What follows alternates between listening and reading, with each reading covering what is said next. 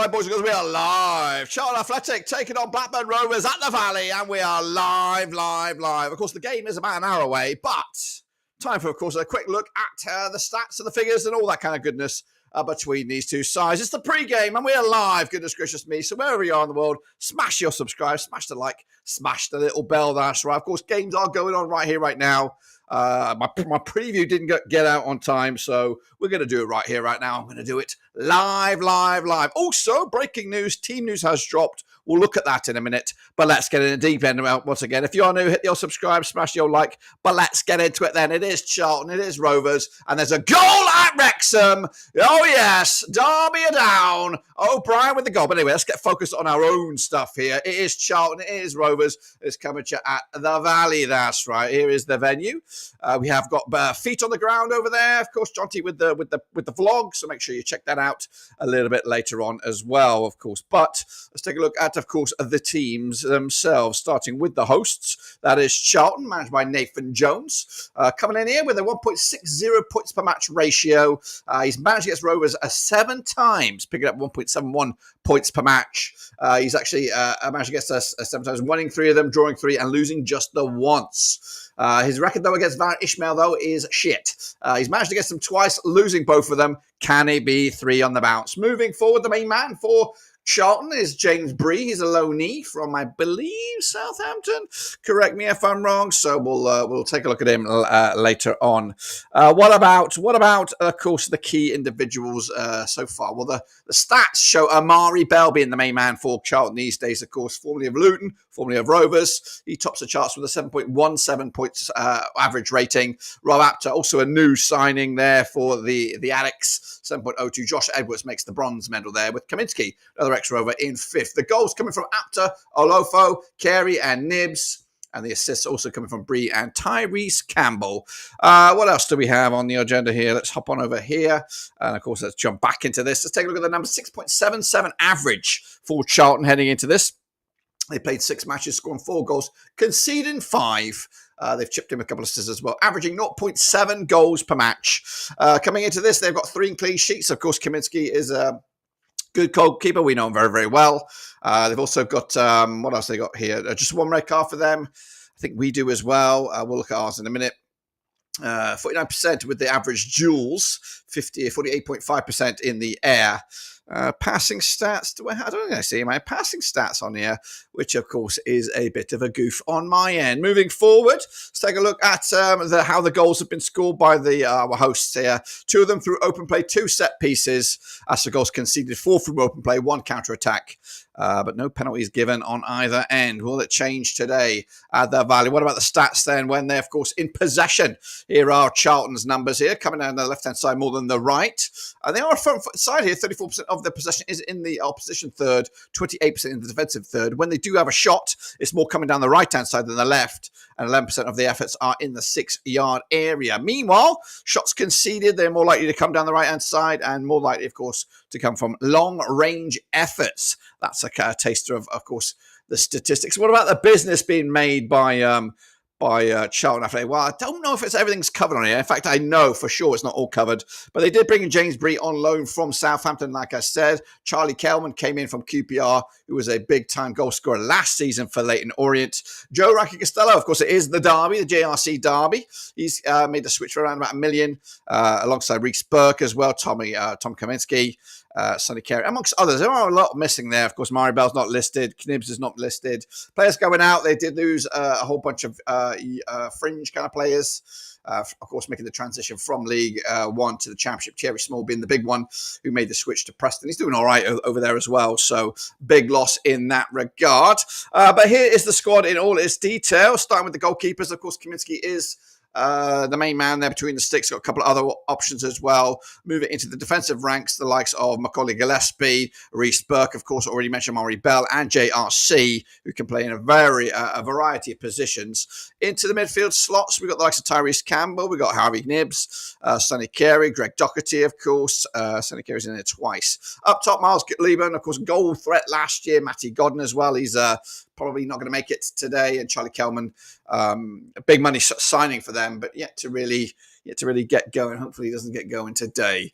Meanwhile, let's take a look at the most expensive 11. This is not the confirmed lineup. We'll showcase you that in a minute. But this is, of course, the most expensive lineup on paper. Kaminsky, Edwards, Bell, Burke, Bree, Coventry, Doherty, Nibbs, Carey, Ranky, Costello, and Kelman. But that, like I said, is not going to be that. We'll have a look at it later.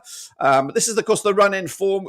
Charlton coming into this on the back of a massive 1-0 away win to Sheffield United. Prior to that, they picked up a 1-1 draw at home to Millwall. Prior to also just a bad bit of form prior to that, but a morale boosting big victory against not just Sheffield, not just bottom of the table Sheffield United. This is, of course, a returning Chris Wilder's Sheffield United. So that's a solid result, and I do like Nathan Jones as the manager. I know he doesn't get a lot of credit. A lot of people hate his style play, but it gets results. And they're performing above their weight at the moment, our Charlton. We'll showcase the table shortly as well. This is, of course, the post-match scenario. Derby this midweek, Preston back up. Well, they go up to the Northwest. This is so back-to-back away matches for Charlton. Then, believe it or not, we have another international break. And then they take on Sheffield Wednesday, Ipswich, and then Hull City. So, of course, a busy old week for all of us in the footballing realm here. So let's take a look then at Rovers. Of course, it is pretty much identical stats and figures for the most part for Rovers because our game didn't really happen last week. Val Ishmael is here with a 1.67 points per match ratio. He has managed against Nathan Jones twice. I don't think he's ever taken on Charlton, so this will be a first for him. Todd Cantwell does start. I can give you that little insight. There was a lot of murmurs and rumours that he wasn't going to be here because his other half is expecting to drop a kid here pretty soon. So he starts, which is a major boost for us. Of course, it's a deciding factor, key factor in everything creative for Rovers. So that is good news. These are the stats then for Rovers. Again, it has not changed since last week against Ipswich. It's pretty much as you were, 6.80 on average. Maybe the positional rank of we are in this graphic here, 14th best rank, but that was, I didn't change the graphic. So we may have moved and shaken in all that. But regardless, played 5 matches, scored 5 goals, conceded 5, 2 clean sheets for Toth, averaging 1 goal a game, 48.4% possession for us, average duels 50%, both in the air. That's my Adobe, and also 49.3 aerial duels. So that is the state of play for Rovers statistics. 1 red card as well. Moving forward, how did we score our goals? Well, the goals scored like this. Open play, 3 of them, 2 of them through set pieces. And of course, goals conceded, 2 penalties, sloppy at the back. I'm just keeping an eye on this game over here. 2 at the back, 2 penalties, 1 open play, 1 set piece, and 1 counter attack. So moving on, the statistics for Rovers coming into this, we do prefer the left-hand side to the right. 40% of our possession is coming down that left-hand side. 31% on the front foot in the opposition third, which of course is better than usual for Rovers. As for, again, it's probably just timing. I think once the season goes on, we will end up being a more own third kind of team. Moving forward, of course, the shots coming at you from the left-hand side more than the right. 56% of the efforts are in the 18-yard box. As for shots conceded, 22% coming down the left-hand side, 43% long-range bad boys as well. So those are some of the key statistics for Rovers, but these are the key players right now. Cantwell with a 7.53, he has been the best player on the pitch for Rovers. Ryan Hedges has been, I've been loving it. I've been loving the Hedges right now.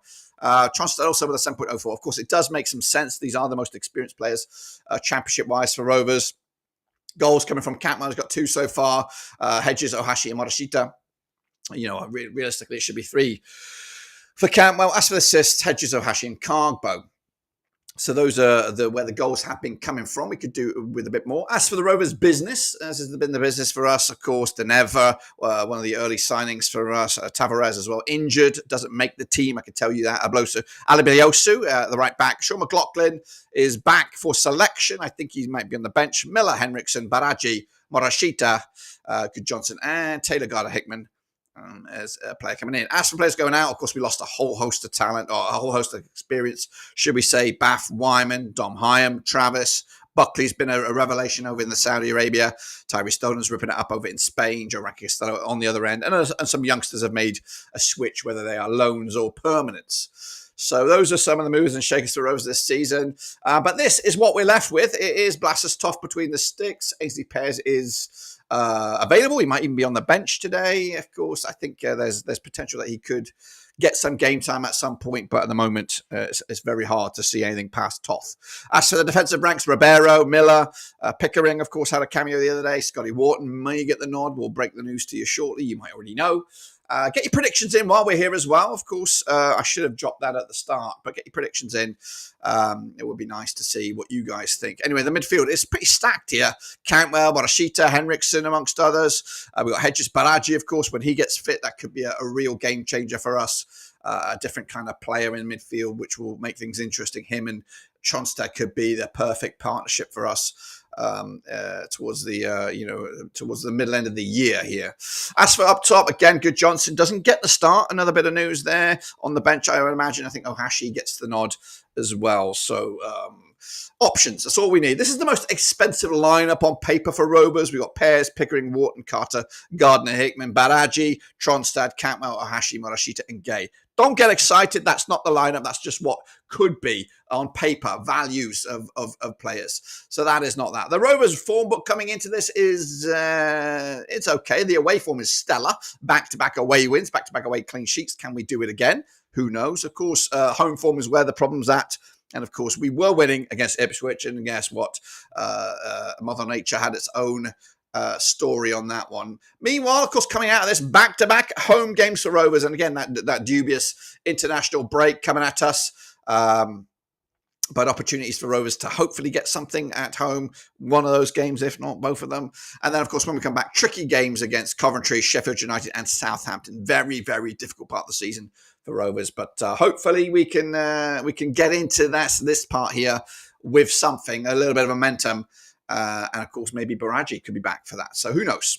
What have I done here? Bloody, what have I done here? I need the whole graphic here. Let's get the whole graphic on here. Played 30 times against Charlton over the years, 1998. 9 wins for Charlton, 17 wins for Rovers. There has been 4 draws. Charlton coming into this on 33% form for them right now. Just 1 win in the last 6. Rovers also on 33% form, but we won 2 of the last 3. And if you do take that other game against Ports for Ipswich, it is 3 wins of the last 4.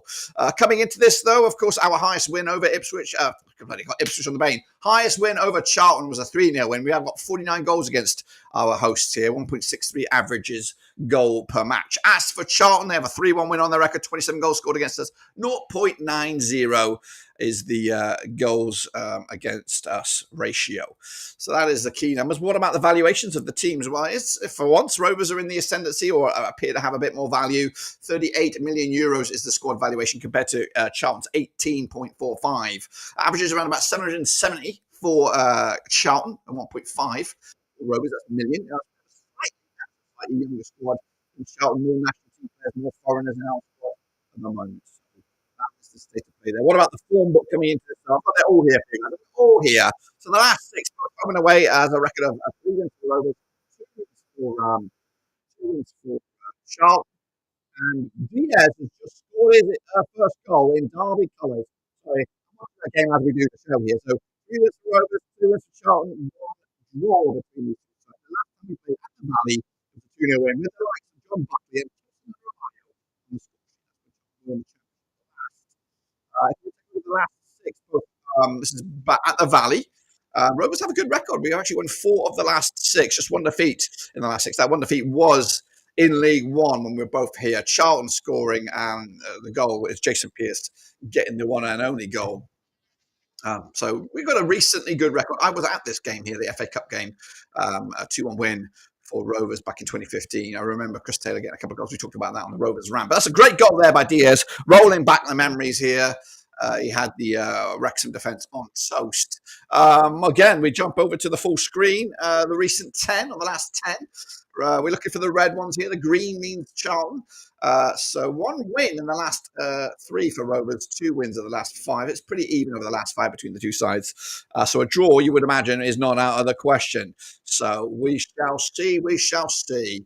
If you want to look at the history books even further, or maybe going back to when history records began, 57 times we played Charlton. We won 26. They won 19. There's been 12 draws. We have also outscored them 75 to their 58. So more stats to throw at you like a kitchen sink here. What about the table? Well, the table looks like this, kind of. There are games going on right now. They're not finished. So I'm getting in there before finish. But Rovers coming into this in 18th. And mathematically, we could end up being 11th at the end of the game here. Charlton themselves could be as high as 4th, depending on what goes on. It does include the game that played yesterday, Leicester, West Brom, Leicester, which ended up all square, which I did predict in the old prediction show. So check that out. But what can we expect for this game then? Well, let's talk about it then, shall we? Of course, Charlton's strengths are creating individual chances through individual skill, scoring chances, protecting the lead, and aerial duels. They're also pretty good at defending set pieces. Their weaknesses, though, scoring chances, keeping possession of the ball, avoiding fouling in dangerous areas, and defending against skillful players. Their style of play, long balls, crossing often, controlling the game in the opposition half, also attacking down the middle and taking a lot of shots. Also got quite a consistent first team. As for Rovers, our strengths are through balls, defending set pieces,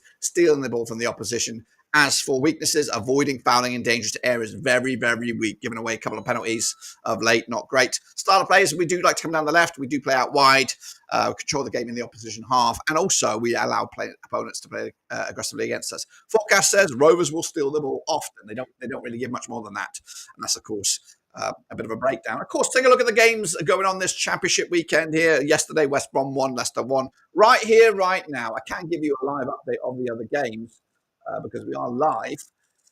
And we do have a Coventry City 2-0 up against Birmingham. They're down to 10 men there. Swansea 1, Millwall 1, Wrexham 1, and Derby 1. Those are the early kickoffs. But, of course, we are going to be live for the watch-along. And that will be here in about an hour's time. But other games kicking off at the same time. Ipswich, Portsmouth, Southampton, Middlesbrough. That's a game. Sheffield Wednesday, QPR. Stoke against Norwich. Also pretty decent game. Preston against Bristol City. They're in the playoff spots right now. Oxford United, Sheffield United, and Watford take on Hull City. So that's, of course, still to come.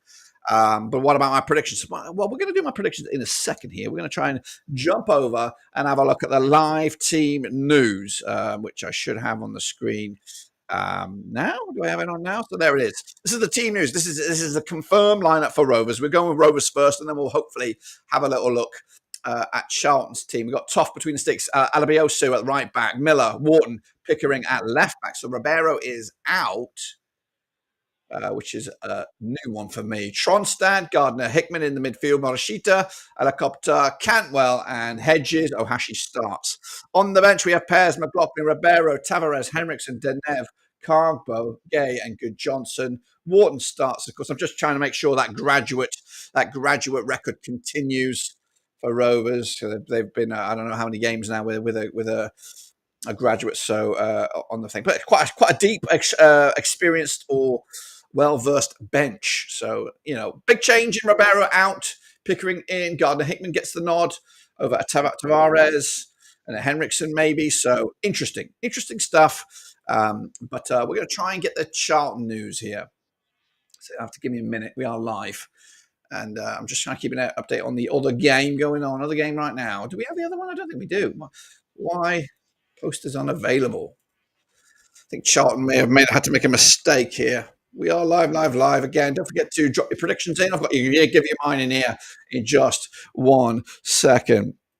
So Charlton's team news. We have Kaminsky between six, Burke, Jones, Bell, Bree, Coventry, Doherty, Edwards, Kelman, and Campbell. On the bench, we have Maynard, Brewer, Ramsey, Gillespie. We've got Anderson. We've got Rankin, Costello's there, Apter, Nibs, Lieben, Olafi, of course. So, danger man there, Kelman. Campbell's also pretty decent. Strong defensive ranks with Kaminsky and Bell amongst familiar names for us. So that is the state of play there, guys. So excited. Let's get back to my prediction then. I'm trying to see if you guys want to jump in with your own. I haven't heard a peep out of the guys. Hopefully you can hear me. But anyway, let's get into my prediction then. So, it's a tough old game.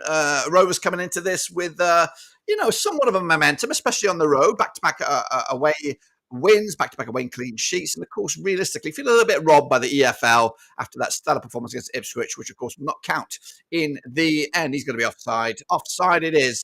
So I am going to stick my neck out on this one, and that will be a 1-0 win for Rovers. That's right. I think Rovers Again, it will be a tight old game. I don't think there's going to be much in it, and I think we might be relying on a set piece or a penalty or just a mistake perhaps, and then hopefully Rovers will take full advantage. I would love to see maybe Good Johnson getting his first goal, or just one of the big boys, important people, get some confidence going in Blackburn Rovers. So yeah, that's my take on it, guys. And if that is it, I might have to bounce out of here and just get ready for the live watch along because I was expecting a couple of people to stop by.